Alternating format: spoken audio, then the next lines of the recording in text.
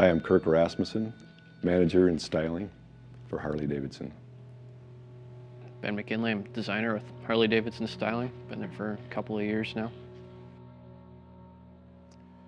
So with Breakout, we wanted to really take Softail family in a low, long, lean, pure direction, more muscular. So you'll notice that we've got this long and a low bike, but it's compact as well. And so we're kind of loosely inspired by some of our late 60s drag bike experiences, even though Ben wasn't alive at the time. Not really handcuffed by that theme. So we've got large wheels and tires on both ends, but we've chopped everything that's extraneous off the motorcycle.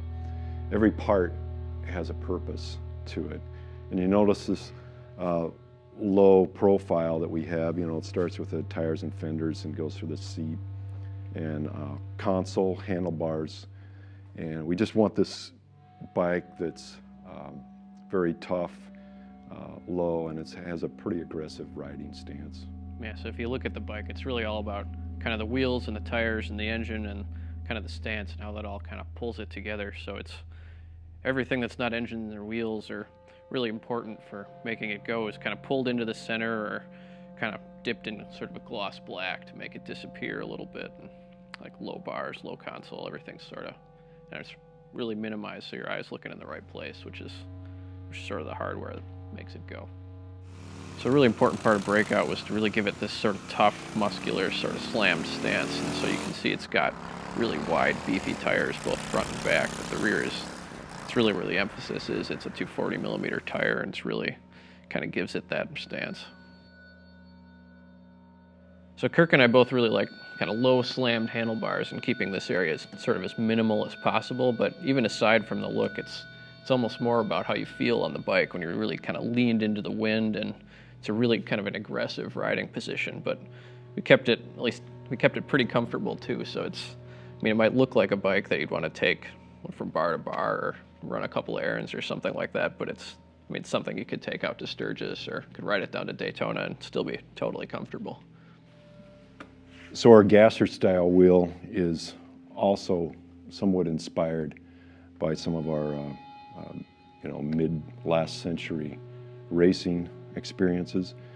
We call it a gasser wheel because it has these alternating spokes, and we highlight each alternating spoke so it kind of looks like there's 5 spokes on each side when it's really a 10-spoke wheel.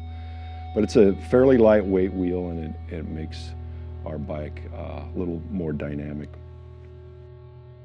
I kind of want to drop a name on this, and that one of our great engineers on the team, John Wolanski, worked on a lot of the gloss black parts and gave him some real headaches because of the design and testing process that we had to go through to make those valid. But I asked him, so what's your favorite part on Breakout? And he says, well, I'll have to say is as big a headache as the gloss black parts gave me, those are my favorite parts. It makes the whole bike seem unified and tight. So that was nice that he really takes ownership on that. Since we have to machine after the paint, we paint it a flat black or a denim black in our terminology, and then machine it and then put a clear over it, and that gives it that deep gloss look. And so it also, that's helping bring this bike together and unify it in this glossy black. So for the graphics, we wanted to do something that was really understated but still premium and gave the bike some speed. So Lance Dobersek in our studio came up with this concept where you see this the spear running from front to back through the really kind of tough and gnarly medallion, but just gives the bike some premium detail without being too over the top. So again, when you look at this motorcycle, you see it's a low, long, lean line, and somewhat influenced by growing up near Magna, Utah, and going to the Bonneville Raceway and watching those drag bikes and cars, and being very much influenced and impacted by that in my early years. If you weren't around in the late 60s, you witnessed that stuff firsthand. I think you still appreciate the really aggressive stance and how it feels to ride this bike and sort of the low slung muscular nature of it. We hope you'll really love this motorcycle. We can't wait to see people out there with grins on their faces and bugs in their teeth.